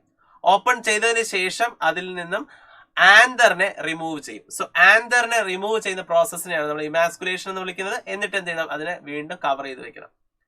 അടുത്ത 4ാമത് step dusting the pollen grains. Pollen ഗ്രെയിൻസിനെ, അതായത് പൂ വിരിയുന്ന സമയത്ത് അതിലേക്ക് മെയിൽ ഫ്ലവറിൽ നിന്നുള്ള പോളൻ ഗ്രെയിൻസിൽ അതിലേക്ക് എന്ത് ചെയ്യുക, ഡസ്റ്റ് ചെയ്യുക, പൊടി തട്ടി ഇങ്ങനെ ഇട്ട് കൊടുക്കുക. ആ ഡസ്റ്റ് ചെയ്തതിന് ശേഷം വീണ്ടും എന്ത് ചെയ്യുക, 5ാമത് റീബാഗിങ്, വീണ്ടും അതിനെ കവർ ചെയ്ത് സൂക്ഷിക്കുക. ബാഗിങ് ചെയ്യുന്നത് it is to avoid unwanted pollen grains. Pollen grains ഒന്നും വരാതിരിക്കാൻ വേണ്ടിയിട്ടാണ് നമ്മൾ ബാഗിങ് ചെയ്യുന്നത്. അതിനുശേഷം റീബാഗ് ചെയ്യുക. റീബാഗ് ചെയ്ത് കഴിയുമ്പോഴത്തേക്ക് ഫ്ലവർ കുറച്ച് കഴിയുമ്പോഴത്തേക്ക് ഫ്രൂട്ടായിട്ട് മാറും. ആ ഫ്രൂട്ടിൽ നിന്നും സീഡ്സ് നട്ട് പൊടിപ്പിച്ചിട്ടാണ് പുതിയ വെറൈറ്റീസ് നമ്മൾ ഉണ്ടാക്കിയെടുക്കുന്നത്. സോ ഇത്രയുമാണ് അതിനകത്ത് വരുന്ന സ്റ്റെപ്പ്. ഒന്നുകൂടി ഞാൻ പറയാം. ഫസ്റ്റ് നമ്മൾ പാരന്റ്സിനെ സെലക്ട് ചെയ്യുന്നു, എന്നിട്ട് ഫ്ലവേഴ്സിനെ, അതിൽ ഫീമെയിൽ ഫ്ലവറിനെ ബാഗ് ചെയ്യുന്നു. അതിനുശേഷം അത് ബൈസെക്ഷൽ ഫ്ലവർ ആയതുകൊണ്ട് അതിനെ ഇമാസ്കുലേഷൻ ചെയ്യുന്നു. അതിനുശേഷം അതിലേക്ക് ഫ്ലവർ വിരിയുന്ന സമയത്ത് അതിൽ നിന്നും നമ്മൾ പോളൻ ഗ്രെയിൻസ്, മെയിലിൽ നിന്നും പോളൻ ഗ്രെയിൻസ് എടുത്ത് അതിലേക്ക് ഡസ്റ്റ് ചെയ്യുന്നു. അതിനുശേഷം റീബാഗ് ചെയ്യുന്നു. യെസ്, ടാഗിങ് കൂടി വേണമെങ്കിൽ എഴുതാം. Practically tagging is important. കാരണം ടാഗ് ചെയ്തില്ല എന്നുണ്ടെങ്കിൽ ഏത് ചെടിയിൽ എന്താ ചെയ്തത് പിന്നീട് അവസാനം ഒരു കണക്കും കാണൂല. സോ അതുകൊണ്ട് ടാഗ് ചെയ്ത് കൂടി വെക്കാം. എന്താണ് ചെയ്തത്, ഏതിൽ നിന്നാണ് മെയിൽ, ഏതിലാണ് ഫീമെയിൽ എന്നൊക്കെ ഉള്ളത് അവിടെ മാർക്ക് ചെയ്ത് വെക്കുന്നതാണ് ടാഗിങ് എന്ന് പറയുന്നത്. അപ്പോൾ ഇത്രയുമാണ് അതിനകത്ത് വരുന്ന ഏറ്റവും ഇമ്പോർട്ടന്റ് സ്റ്റെപ്സ്. ഓഫ് കോഴ്സ് നമ്മുടെ ടെക്സ്റ്റിനകത്ത് എംഫസിസ് കൊടുത്തിരിക്കുന്നത് ബാഗിങ്ങിനും ഇമാസ്കുലേഷനും ആണെങ്കിലും ഇത്രയും സ്റ്റെപ്സ് ഉണ്ടെന്ന് നിങ്ങൾ എന്ത് ചെയ്യുക, കൃത്യമായിട്ട് ഓർത്തിരിക്കുക. Next question, mention Darwin observations made on finches on his visit to Galapagos island. Right the explanations given by Darwin on his observation. So Darwin ഫിഞ്ചസിനെ കണ്ടപ്പോൾ അദ്ദേഹം കണ്ടൊരു കാര്യം എന്താ, ഡാർവിൻ ഫിഞ്ചുകൾ എല്ലാം തന്നെ ആക്ച്വലി ഒറിജിനലി അവർ സീഡ് ഈറ്റിംഗ് ഹാബിറ്റ് ഉള്ളവരായിരുന്നു. അപ്പൊ അതിനനുസരിച്ചുള്ള ബീക്സ് ആയിരുന്നു അവർക്ക് ഉണ്ടായിരുന്നത്. പക്ഷെ അവർ പല ജോഗ്രഫിക്കൽ ഏരിയയിലേക്ക് ഡിസ്ട്രിബ്യൂട്ട് ചെയ്തു. അങ്ങനെ പല ജോഗ്രഫിക്കൽ ഏരിയയിലേക്ക് അവർ ഡിസ്ട്രിബ്യൂട്ട് ചെയ്തപ്പോൾ എന്ത് സംഭവിച്ചു, സ്വാഭാവികമായിട്ടും അവരുടെ ബീക്കിന്റെ ഷേപ്പ് പലതായിട്ട് മാറി. ചിലത് ഇൻസെക്ട് കഴിക്കുന്ന രീതിയിലായി, ചിലത് ഹണി കഴിക്കാനുള്ള ടൈപ്പിനായി, ചിലത് സീഡ് ഈറ്റിംഗിൽ തന്നെ റിട്ടൈൻ ചെയ്തു, ചിലത് ഗ്രെയിൻസ് കഴിക്കുന്ന രീതിയിലേക്ക് മാറി. അങ്ങനെ പലതും പല രീതിയിലേക്ക് അത് മാറ്റം വന്നു, ഫ്രൂട്ട് ഈറ്റിംഗ് അങ്ങനെയൊക്കെ. സോ എങ്ങനെയാണ് ഈ മാറ്റം വന്നത്? ബിക്കോസ് ഈ പറയുന്നവർക്ക് എല്ലാവരും തന്നെ ജീവിക്കുന്നത് പല ഏരിയയിലേക്ക് മാറി. പല ഏരിയയിലേക്ക് മാറിയപ്പോൾ അവിടെ കിട്ടുന്ന ഫുഡ് സോഴ്സിന് വ്യത്യാസം വന്നു. ഫുഡ് സോഴ്സിന് വ്യത്യാസം വന്നാൽ സ്വാഭാവികമായിട്ടും അതിനനുസരിച്ച് ബീക്ക് ഡെവലപ്പ് ചെയ്യണം അല്ലെങ്കിൽ അഡാപ്റ്റ് ചെയ്യണം, എങ്കിലേ അവർക്ക് സർവൈവ് ചെയ്യാൻ പറ്റൂ. So in order to survive ചെയ്യാൻ വേണ്ടി അത്തരം ഏരിയകളിൽ ഫുഡ് കിട്ടുന്ന ഫുഡ് കഴിച്ച് ജീവിക്കണമെന്നുണ്ടെങ്കിൽ അതിനനുസരിച്ച് they need adaptation. And such an adaptation is called adaptive radiation. അതായത് ലിറ്ററലി ഒരു ഏരിയയിൽ നിന്ന്, ഒരു ആൻസസ്റ്ററിൽ നിന്ന് തുടങ്ങുകയും പല ജോഗ്രഫിക്കൽ ഏരിയയിലേക്ക് പോവുകയും ആ പോകുന്നിടത്ത് അതിനനുസരിച്ച് അവർ അഡാപ്റ്റഡ് ആകുകയും ചെയ്യുന്നതിനെയാണ് അഡാപ്റ്റീവ് റേഡിയേഷൻ എന്ന് നമ്മൾ വിളിക്കുന്നത്. ഈ അഡാപ്റ്റീവ് റേഡിയേഷന് മറ്റ് എക്സാമ്പിൾ നമ്മൾ പഠിക്കാനുണ്ട്. ദാറ്റ് ഈസ് ഓസ്ട്രേലിയൻ മാർസുപ്പീൽസിന്റെ കേസും പ്ലാസന്റൽ മാമൽസിന്റെ കേസും ഒക്കെ നമുക്ക് പഠിക്കുന്നത് ഈ പറയുന്ന ഈ പറയുന്ന അഡാപ്റ്റീവ് റേഡിയേഷന്റെ എക്സാമ്പിൾ ആണ്. സോ അഡാപ്റ്റീവ് റേഡിയേഷൻ എന്ന് പറയുന്നത് ഒരു സ്ഥലത്ത് നിന്ന് തുടങ്ങുക, ഒരു ജോഗ്രഫിക്കൽ ഏരിയയിൽ നിന്ന് സ്റ്റാർട്ട് ചെയ്യുകയും പല ജോഗ്രഫിക്കൽ ഏരിയയിലേക്ക് പോവുകയും അവിടെ ചെന്നിട്ട് അവിടെ അഡാപ്റ്റേഷൻ ഉണ്ടാവുകയും ചെയ്യുന്നതിനെയാണ് അഡാപ്റ്റീവ് റേഡിയേഷൻ എന്ന് വിളിക്കുന്നത്. ഡാർവിൻ ഫിഞ്ചസ് അതിനൊരു ബെസ്റ്റ് എക്സാമ്പിൾ ആണ്. എന്തിനു വേണ്ടിയിട്ടാണെന്ന് ചോദിച്ചാൽ in order to survive. Of course survive ചെയ്യണമെന്നുണ്ടെങ്കിൽ ഈ പറയുന്ന നമ്മൾ പറയില്ലേ survival of the fittest one. അപ്പോൾ അവർ ഫിറ്റസ്റ്റ് വൺ ആയിട്ട് മാറണമെന്നുണ്ടെങ്കിൽ സ്വാഭാവികമായിട്ടും ഈ രീതിയിലുള്ള അഡാപ്റ്റേഷൻ അവർക്ക് വന്നേ പറ്റത്തുള്ളൂ. അങ്ങനെയല്ല അവിടെ ആക്ച്വലി കുറച്ചുകൂടി ബെറ്റർ ആയിട്ട് പറഞ്ഞു കഴിഞ്ഞാൽ, ഇപ്പൊ ഫോർ എക്സാമ്പിൾ ഇൻസെക്റ്റുകൾ മാത്രമുള്ള ഏരിയയിലേക്ക് ഒരു ഫിഞ്ച് പോകുന്നു. ആ ഫിഞ്ച് ഒരു 100 ഫിഞ്ച് പോയതിൽ ഏതോ 1-2 ഫിഞ്ചസിന് ഇൻസെക്ട് ഈറ്റിംഗ് ടൈപ്പ് ഉള്ള ബീക്കായിരുന്നു. അപ്പോ ആ ബീക്കുള്ള ഫിഞ്ചുകൾ എന്ത് ചെയ്യും? അവിടെ രക്ഷപ്പെടും. ബാക്കി ഫിഞ്ചസ് അവിടെ സർവൈവ് ചെയ്യില്ല. അപ്പൊ ഈ ബീക്കുള്ള ഫിഞ്ചുകളുടെ കുഞ്ഞുങ്ങളായിരിക്കും പിന്നെ ഉണ്ടാകുന്നത്. അങ്ങനെ 3-4 തലമുറ കഴിയുമ്പോൾ എല്ലാ ഫിഞ്ചസും അവിടെയുള്ള എല്ലാ ഫിഞ്ചസും പിന്നെ ഇൻസെക്ട് ഈറ്റിംഗ് ടൈപ്പുള്ള ബീക്കുള്ളവരായിരിക്കും. അങ്ങനെയാണ് അത് ഡെവലപ്മെന്റ് വരുന്നത്. സോ അങ്ങനെയാണ് ആ ഒരു സെലക്ഷൻ പ്രോസസ് അവിടെ നടക്കുന്നത്. അപ്പോൾ അതാണ് അഡാപ്റ്റീവ് റേഡിയേഷൻ.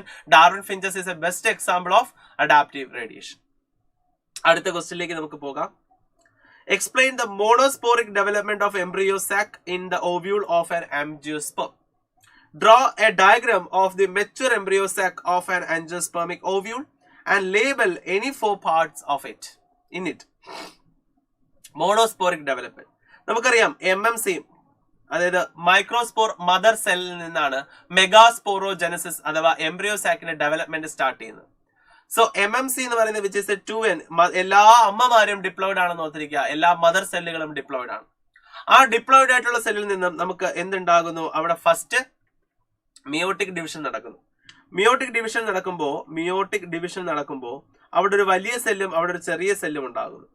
ആ വലിയ സെല്ല് ഡെവലപ്പ് ചെയ്യുന്നു, ചെറിയ സെല്ല് നശിച്ചു പോകുന്നു. ആ വലിയ സെല്ലിലാണ് അടുത്ത മിയോസിസ് ഡിവിഷൻ 2 നടക്കുന്നത്. അപ്പോഴും ഒരു വലുതും ഒരു ചെറുതും ഉണ്ടാകുന്നു. ആ ചെറുത് എന്ത് ചെയ്യുന്നു? നശിച്ചു പോകുന്നു. ഈ വലിയ സെല്ലാണ് പിന്നീട് എംബ്രിയോ സാക്ക് ആയിട്ട് ഡെവലപ്പ് ചെയ്യുന്നത്. അങ്ങനെയാണ് എംബ്രിയോ സാക്ക് ഉണ്ടാകുന്നത്. സോ ഒരാൾ മാത്രമാണ് ആക്ച്വലി ഡെവലപ്പ് ചെയ്യുന്നത്. അതുകൊണ്ടാണ് ഇതിനെ മോണോസ്പോറിക് ഡെവലപ്മെന്റ് എന്ന് നമ്മൾ വിളിക്കുന്നത്. Monosporic development. അത് നമ്മുടെ ടെക്സ്റ്റിൽ ഇങ്ങനെയാണ് പറഞ്ഞിരിക്കുന്നത്. 4 പേരുണ്ടാകുമ്പോൾ നമ്മുടെ ടെക്സ്റ്റിൽ പറഞ്ഞിരിക്കുന്ന അനുസരിച്ച് ഇങ്ങനെ പറഞ്ഞുതരാം. മിയോട്ടിക് ഡിവിഷൻ നടന്ന് 4 സെല്ലുകൾ ഉണ്ടാകുന്നു. ആ 4 സെല്ലുകളിൽ ഒരെണ്ണം മാത്രം എംബ്രിയോ സാക്ക് ആയിട്ട് മാറുന്നു. ബാക്കി 3 നശിച്ചു പോകുന്നതിനെ ഡീജനറേറ്റ് ചെയ്യുന്നു എന്ന് പറഞ്ഞത്. സോ ഈ 4 പേരിൽ ഒന്ന് മാത്രം ഡെവലപ്പ് ചെയ്യുന്നതിനെയാണ് നമ്മൾ മോണോസ്പോറിക് ഡെവലപ്മെന്റ് എന്ന് വിളിക്കുന്നത്. അപ്പൊ മിയോട്ടിക് ഡിവിഷൻ വഴി 4 സെല്ലുകൾ ഉണ്ടാകുമെങ്കിലും 3 നശിച്ചു പോവുകയും ഒരെണ്ണം മാത്രം ഡെവലപ്പ് ചെയ്യുകയും ചെയ്യും. അതിനെയാണ് നമ്മൾ മോണോസ്പോറിക് ഡെവലപ്മെന്റ് എന്ന് വിളിക്കുന്നത്. Monosporic development. ഓക്കെ, 4 സെല്ലുകൾ ഉണ്ടാകുന്നതിൽ 3 നശിച്ചു പോകുന്നു, ഒരെണ്ണം മാത്രം ഡെവലപ്പ് ചെയ്ത് വരുന്നു, which is called monosporic development. ഈ ഡെവലപ്പ് ചെയ്ത് വരുന്ന എംബ്രിയോ സാക്കിന്റെ സ്ട്രക്ചറിലേക്ക് നമുക്ക് നോക്കാം. അതിന് 3 സെല്ലുകൾ ഇവിടെ മുകളിലായിട്ട് ഇരിപ്പുണ്ട്. നടുക്കൊരു സെല്ല്, ദെൻ ഇവിടെ 2 സെല്ല്. ഓക്കെ, ഈ മുകളിലുള്ള സെല്ലിനെ നമ്മൾ വിളിക്കുന്ന പേരാണ് ആന്റിപോഡൽസ്. നടുക്കുള്ള സെല്ലാണ് സെൻട്രൽ സെൽ. അതിൽ 2 ന്യൂക്ലിയസ് കാണപ്പെടുന്നുണ്ട്, which is called polar nuclei.